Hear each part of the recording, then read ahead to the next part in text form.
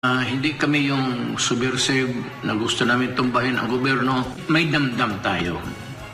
Hindi tayo galit kay Marcos o hindi tayo galit sa gobyerno.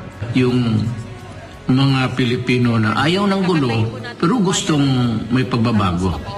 Walang interesado patalsikin si Marcos, walang interesado sa gobyerno na patumbahin mo.